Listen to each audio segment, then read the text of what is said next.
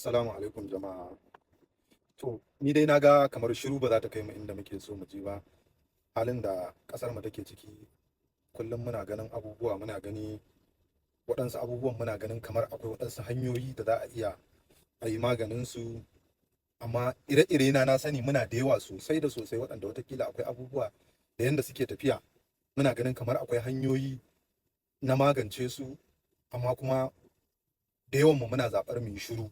Saboda watakila muna tunanin ko muryar tamu ba za ta je inda ya kamata ta je ba, ko kuma in mun yi ma kamar a banza ne.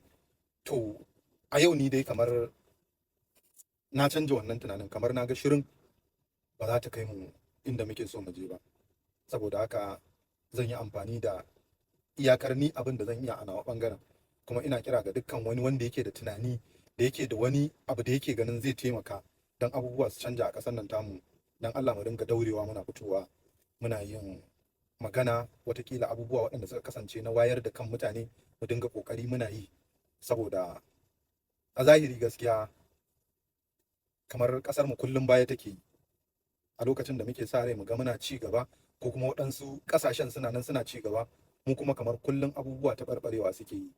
Babu wata mahanga ko kuma wani abu da ake hangowa wanda za a ce zuwa lokaci gaba muna sa rai mu ga mun kai mataki kaza na ci gaba.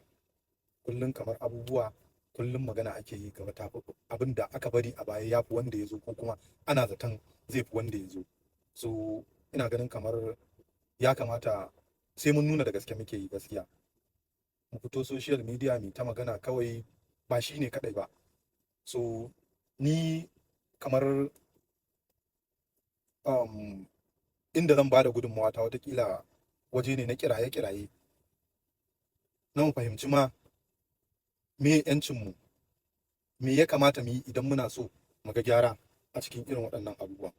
So akan haka yasa nake tunanin yau zan fara wallafa abubuwa a wannan shafin, wanda za mu dinga kawo jerin bayanai da za mu rika tattauna matsalolin da suke hana Najeriya ci gaba. Ba za mu yi magana kan wani ɗan siyasa guda ɗaya ko jam'iyya ba. Za mu duba matsalar tsarin ne, irin yadda ake tafiya, mu fahimci abin da ke faruwa, sannan mu tambayi kanmu me za mu iya yi a matsayin talakawa domin mu canja wannan yanayin da yake faruwa.